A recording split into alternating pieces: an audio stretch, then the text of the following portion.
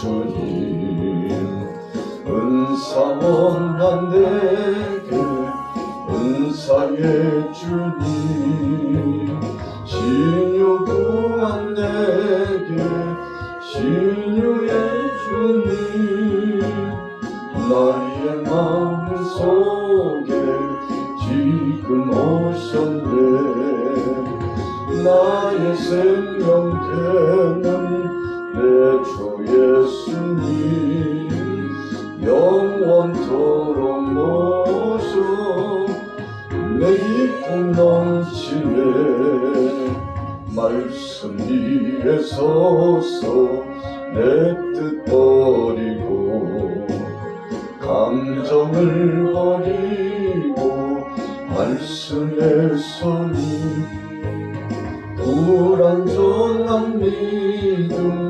완전해지고 내가 이제부터 주만 붙드네 나의 생명 되는 내 주 예수님 영원토록 모셔 내 기쁨 넘치네 나의 모든 욕심 던져버리고 내가 염려하며 계획하던 것 믿고 기도하며 주께 맡기고 주의 뜻을 따라 살기 원하네 나의 생명 되는 내 주 예수님 영원토록 모셔 내 기쁨 넘치네 믿음으로 밭을 주께 던지고 끊임없이 주를 찬송하면서 전엔 날 위해 일해왔으나 이젠 주만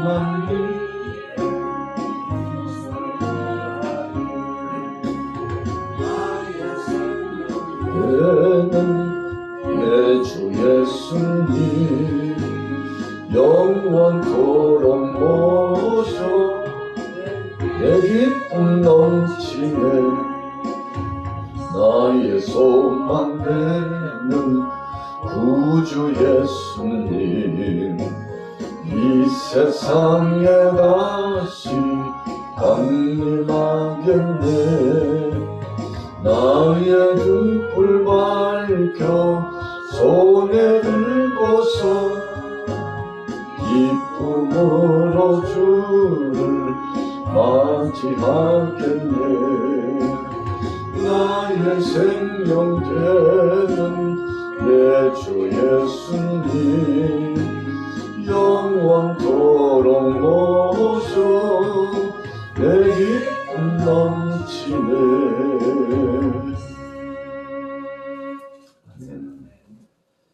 은혜 받으신 말씀 마태복음 14장 말씀입니다. 신약 성경 23페이지 마태복음 14장 말씀 마태복음 14장 1절에서 21절까지 말씀입니다. 그때 분봉왕 헤롯이 예수의 소문을 듣고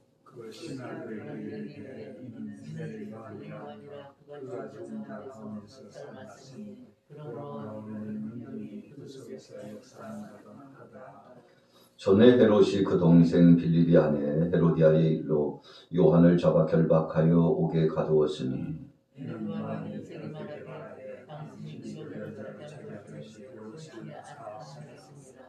헤롯이 요한을 죽이려 하되 무리가 그를 선지자로 여김으로 그들을 두려워하더니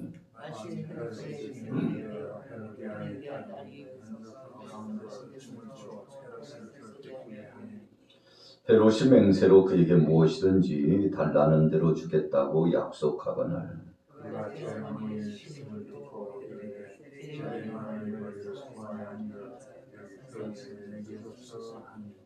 왕이 근심하나 자기가 맹세한 것과 그 함께 앉은 사람들 때문에 주라 명하고 그 머리를 소반에 얹어서 그 소녀에게 주니 그가 자기 어머니에게로 가져가니라.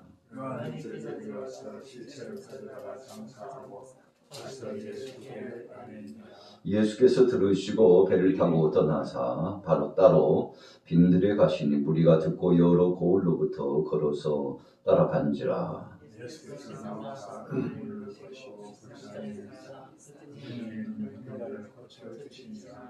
저녁이 되매 제자들이 나와 이르되 이곳은 빈들이요 때도 이미 저물었으니 무리를 보내어 마을에 들어가 먹을 것을 사 먹게 하소서. 제자들이 이르되 여기 우리에게 있는 것은 떡 5개와 물고기 2마리 뿐이니이다. 무리를 명하여 잔디에 앉히시고 떡 5개와 물고기 2마리를 가지사 하늘을 우러러 축사하시고 떡을 떼어 제자들에게 주시매 제자들이 무리에게 주니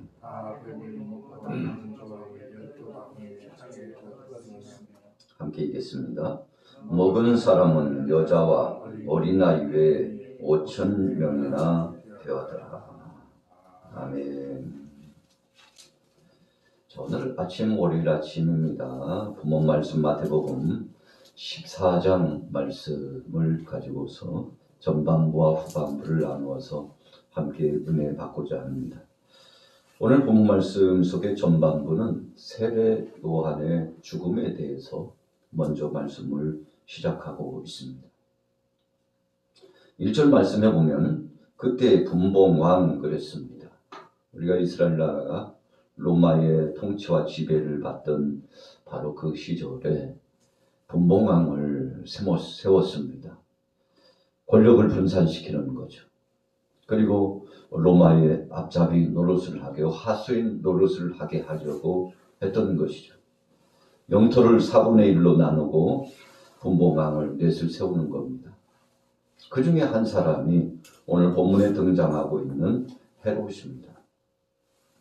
그때 분봉왕 헤롯이 예수의 소문을 듣고 그랬어요. 예수님의 행하시는 사역의 행보를 보니까 참 놀라운 일들이 많았습니다. 그래서 헤롯은 생각해 보았습니다. 혹시 세례 요한이 살아난 것은 아닐까 염려하고 걱정했습니다. 그래서 2절 말씀해 보니까 그 신하들에게 이르되 이는 세례 요한이라 그가 죽은 자 가운데서 살아났으니 그러므로 이런 능력이 그 속에서 역사하는도다 하더라. 예수님께서 행하신 사역을 보니까 죽은 자를 살리고 병자를 고치고 놀라운 역사를 진행하고 계셨습니다. 이 일을 보니까 깜짝 놀라는 거죠. 혹시 세례 요한이 다시 살아난 것이 아닐까? 자, 이렇게 말씀을 주시면서 주님을 향하여서 헤롯 왕이 예수님에 대해서 이와 같이 생각하고 있습니다 라고 하는 당시에 퍼져 있는 파다한 소문을 예수님에게 직고하여 전해드리는 거죠. 그러면서 세례 요한에 대한 이야기를 오늘 마태복음을 통해서 설명하고 있습니다. 도대체 그가 어떻게 되었길래? 자, 3절에 보십시오. 전에 헤롯이 그 동생 빌립의 아내 헤로디아 일로 요한을 잡아 결박하여 옥에 가두었으니 이는 요한이 헤롯에게 말하되 당신이 그 여자를 차지하는 것이 옳지 않다 하였습니다. 헤롯 왕이 전에 헤롯이 그랬어요. 생각하고 보니까 참 끔찍한 일을 자행했죠. 자, 무슨 이유 때문입니까? 동생 빌립의 아내를 취한 것은 잘못된 것입니다. 왕을 향하여서 그 당시 분봉 왕을 향하여서 이것은 윤리적으로 도덕적으로 정말 해서는 안 될 일을 왕께서 모본을 보이셔야 되는데 그러지 못했으니 이것은 해서는 안 될 일이니 한마디로 말하면 각성에 대한 선포를 한 것입니다. 그러나 오늘 본문의 문맥상으로 보건대 빌립의 아내였던 헤로디아는 타락한 여인이었음을 알 수 있습니다. 오히려 이 잘못된 것에 대한 것을 지적하는 세례 요한을 핍박했던 것이죠. 그래서 헤롯 왕께 청원해가지고 자신의 딸이 무도회에서 춤을 추게 하면서 그 사랑스러운 딸이 춤을 추니 내 소원을 내가 다 들어주겠다. 그렇게 함으로써 자신의 소원은 소반에다가 세례 요한의 목을 담아 주는 것이라고 참 끔찍한 주문을 하게 되지 않습니까? 그러나 헤롯 왕은 그 소원을 들어줍니다. 마침내 우리가 영적으로 보면 때가 되매 세례 요한이 목이 잘려서 소반에 담아 순교를 당하게 됩니다만 이 일에 대해서 예수님 앞에 그 현대 예수님에 대해서 생각하고 있는 상황을 설명을 드린 겁니다. 그래서 13절 말씀이 2절 말씀과 연결이 되는 것입니다. 자, 2절 후미에 보면 그러므로 이런 능력이 그 속에서 역사하는도다 하더라. 자, 헤롯이 역사적인 정황 가운데 예수님의 출현과 그분이 행하신 역사를 보니 대단하거든요. 그래서 혹시 죽은 세례 요한이 살아난 것은 아닌가 두려움 속에서 이 당시 역사적인 배경과 상황을 잘 설명하며 예수님에 대해서 다시 한번 경계를 늦추지 않았다는 것입니다. 이 보고를 예수님께서 받으신 겁니다. 자, 13절에 보세요. 예수께서 들으시고 배를 타고 떠나서 따로 빈들에 가시니 그랬습니다.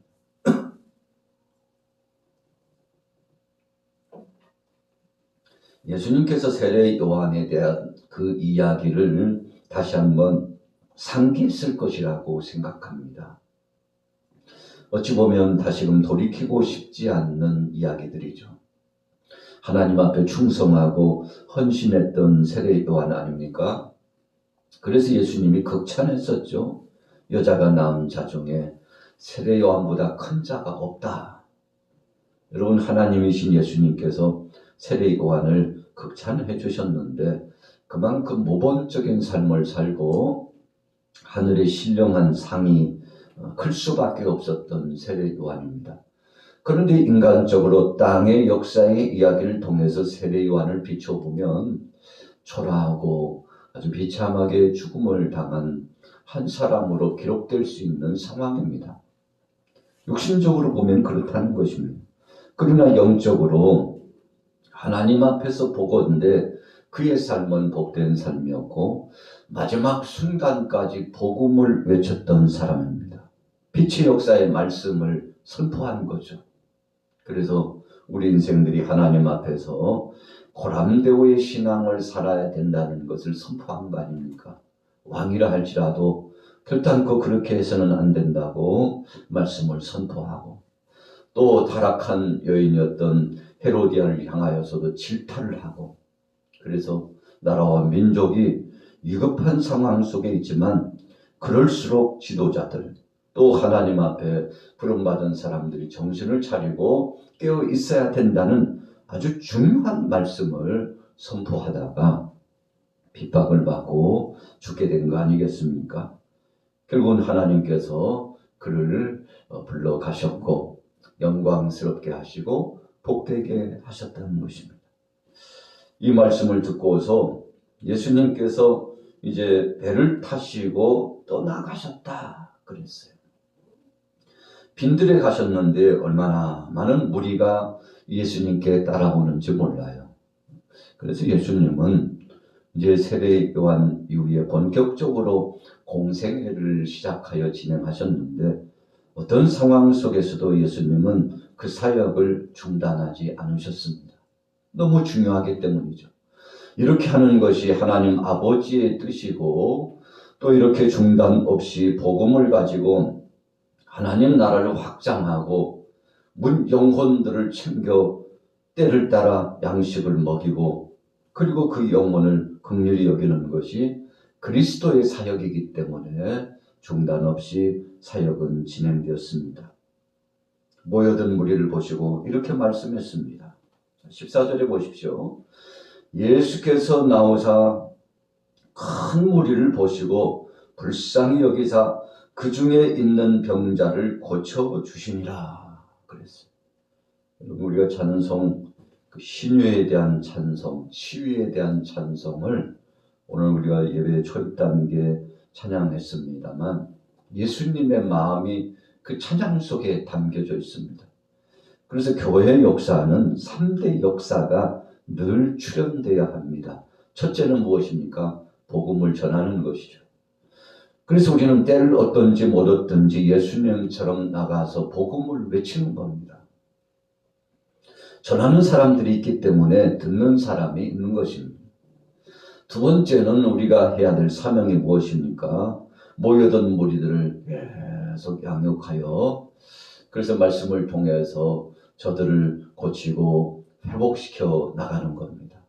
여러분, 그래서 모이면 기도하고 모여서 하나님의 영광의 역사를 드러내고 하나님의 뜻을 이루어 나가서 선한 사역이 나타날 수 있도록 진군하는 거 아니겠습니까? 중단 없는 사명입니다.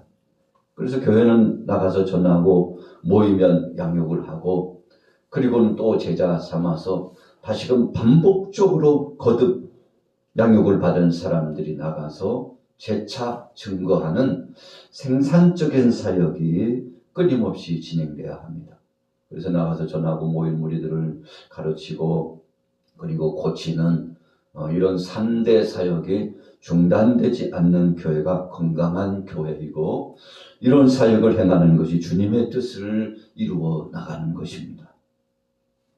그래서 우리는 다른 것이 아니라 이 세 가지를 늘 기억하면서 하나님 앞에서 영적인 사역을 진행해야 마땅한 것이죠. 오늘 예수님도 무리를 불쌍히 여기어 주셨습니다. 모여든 무리가 21절에 보니까 먹은 사람은 여자와 어린아이 외에 5,000명이나 되었더라 그랬어요. 그러니까 노약자를 합하면 2만 정도 되는 무리가 모여들었는데 중요한 것은 모인 무리들을 불쌍히 여길 줄 아느냐 하는 것입니다. 여러분, 우리가 영혼 구령의 역사, 복음을 증거하는 전도의 일에 또 치유와 고치는 역사에 또 말씀으로 양육하고 계속 가르치는 사역에 여러분 이런 것들을 행하는데 긍휼히 여기는 마음이 없으면 안 됩니다. 그래서 목회자이든지 평신도든지 간에 교회 안에 나온 우리 사명자들은 영혼을 귀하게 여기고 불쌍히 여기는 마음을 갖지 않으면 더 이상 사명을 감당할 수조차 없고 또 더 나아가서 주님 뜻대로 살 수도 없죠. 그래서 사랑하는 동역자, 주위에 있는 영혼, 아직 돌아오지 못한 자들, 이 나라, 이 민족, 심지어는 세계 속에 있는 모든 족속들까지 전혀 인과관계가 없고 얼굴들 잘 모르고 그래서 세계 모든 족속들을 향하여 복음을 증거한다는 것은 어찌 보면요 터무니없는 일을 행하는 것 같지만 그러나 예수님의 지상 명령이셨고 땅끝까지 복음을 전하라고 하셨기 때문에 우리는 그들에게 관심을 갖고 그 영혼들에게 선교사를 파송할 수 없으면 파송한 그 선교사를 돕기도 하고 또 도울 수 없으면 직접 나가서 이 일을 진행할 수 있도록 요즘은 매스미디어를 통해서 인터넷망을 통해서도 복음을 전할 수 있는 기회가 돼서 참 땅끝까지 이제는 복음이 증거되게 되었다 해도 과언이 아닙니다. 갈 수 없으면 인터넷망을 통해서 외지에 있는 많은 신학생들에게 이제는 사이버를 통해서 신학 교육을 시킵니다. 발달되기 전까지만 해도 선교사가 직접 가거나 교수가 가거나 아니면 사명을 감당해야 될 가르침의 은사가 있는 분들이 가서 외지에 가서 신학 교수로 목회자를 양성하고 또 가서 모여있는 무리들에게 신학이라고까지는 할 수는 없지만 그냥 모여서 몇 달 양육시키고 나서 그냥 전도사로 임명하고 때로는 한 1년 정도 양육해가지고 목사로 임명해가지고 파송을 하는 겁니다. 초대 우리나라도 그랬지 않습니까? 요즘처럼 신학교 4년 내지는 일반 대학교 4년을 하고 그리고 신학대학원을 또 3년 하고 또 그것도 부족해서 순간순간 재교육을 시키고 여러분 이런 교육의 질을 통해서 배출되는 목회자 사실은 초대교회 당시에는 상상도 못했죠. 우리가 선교지에서 그러는 것처럼 그냥 몇 달 공부하거나 아니면 야간 학습을 통해서 집중적으로 성경을 가르쳐 가지고 훈련받은 사람들이 도처에 전도사로 파송하고 어떤 데는 평신도 사역자로 나가가지고 직분은 없지만 말씀 전하는 자로 나가서 사역을 진행하기까지 했습니다.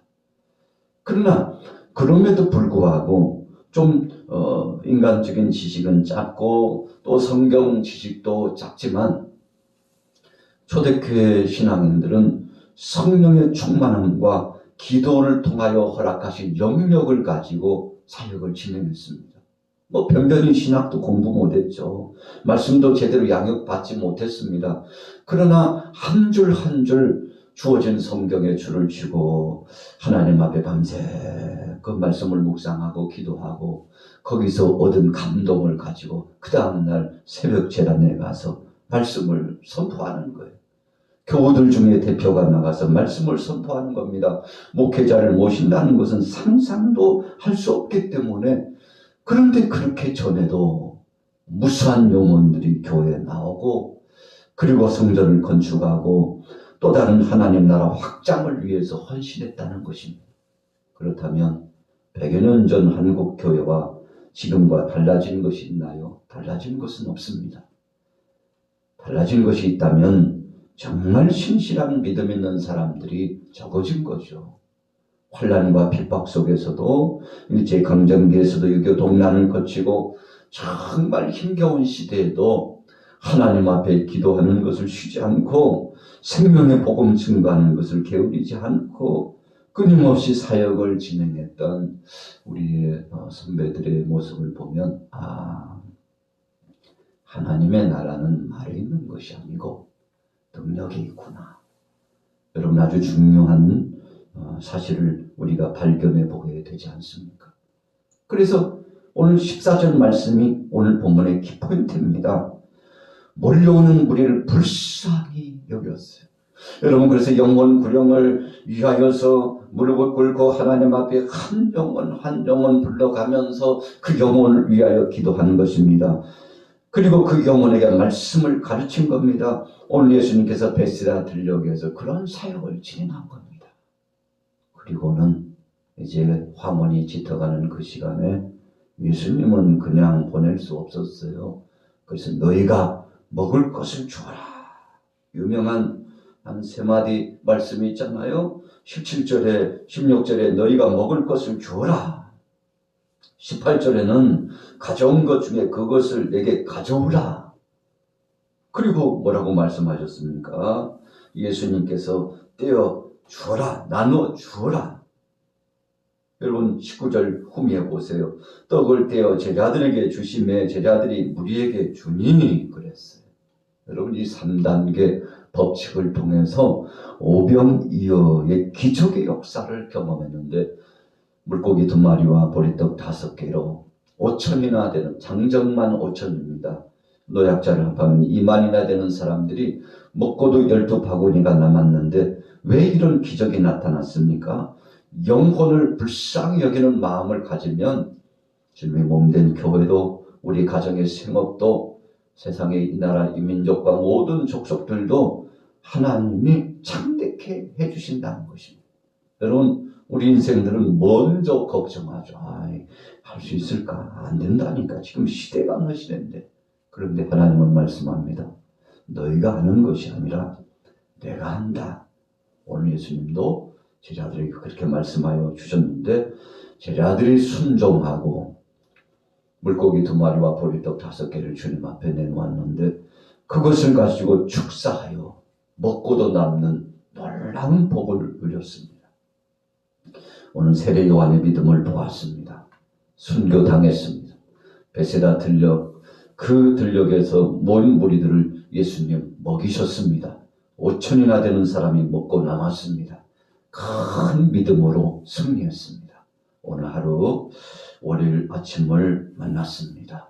새로운 한 주를 시작하면서 여러분들의 가정 속에 큰 믿음을 가지고 큰 기적을 체험하시기를 예수님의 이름으로 축원합니다. 살아계신 하나님 아버지, 주님의 은혜를 감사합니다.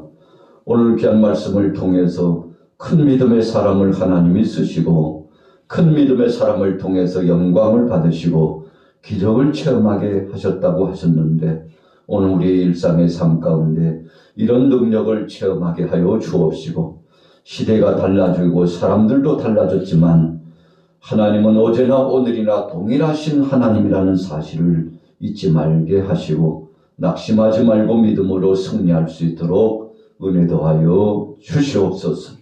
예수님의 이름으로 축복하고 기도 올렸사옵나이다. 아멘.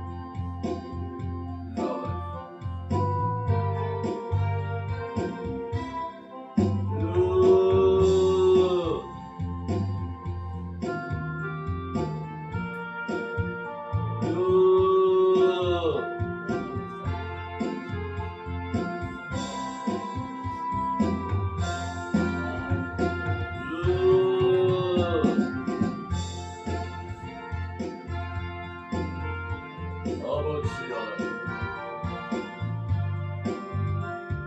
하나님,